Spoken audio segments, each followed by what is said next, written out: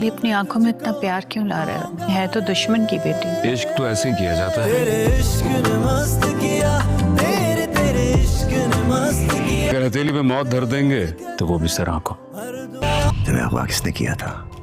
हमारे दुश्मन चारों तरफ है। शेर सब जानता है ने उसके साथ क्या क्या किया। मेरे बेटे की जान की भीख मांगने आ रहे हैं। नाक रगड़वाएंगे और फिर जमीन वापस ला।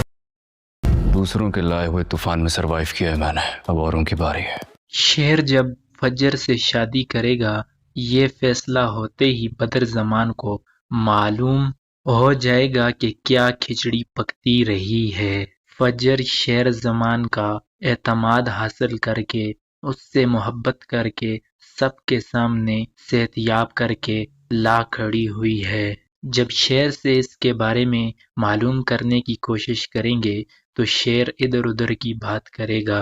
इसके बाद उनका शक यकीन में बदल जाएगा। जैसे ही तेमीना बेगम शुजात को फोन करके ये बताएगी कि हमारा पूरा खानदान के साथ आ रही हूँ, वहां पर तो जश्न का समा होगा। सब फजर की वाह वाह कर रहे होंगे और उस पर रश करेंगे कि उनकी बेटी ने ऐसा कारनामा सर अंजाम दिया है कि दुश्मनों का पूरा खानदान चलकर उनके घर उनसे माफी मांगने आ रहा है ताकि वो अपने बेटे की जान बख्शी करवा सकें और उन्हें वापस साथ ले जा सकें। जैसे ही शेर उनके घर पर उतरेगा तो उनके सारे अरमानों पर पानी फिर जाएगा। उन सब को मालूम पड़ जाएगा कि जिस बेटी को हम हर रोज यही समझाते रहे कि उनकी इज्जत की खातिर ये सब कुछ कर जाए, लेकिन उसने इनकी इज्जत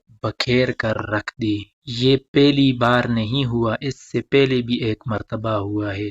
इसके बाद शुजात फजर को घर से निकाल देगा। इसके बाद वो ना शेर की और ना शेर के माँ की बात सुनना गवारा करेगा, मगर तेमीना बेगम काका साहब के साथ बात करेगी और शेर खुद चलकर उनके सामने सर झुकाएगा कि इस दुश्मनी को हमेशा के लिए ख़त्म कर दें।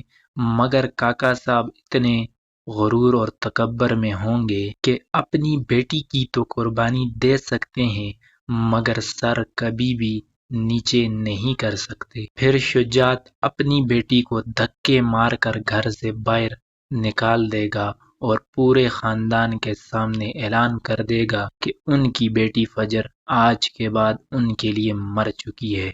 शेर के पास और कोई चारा नहीं कि वो फजर को अपने घर में लेकर आए। तेमीना बेगम और फजर पहले से ही ये तय कर चुकी हैं कि फजर शेर की दुल्हन बनेगी, इसीलिए फिर फजर की शादी शेर से इसी घर में हो जाएगी।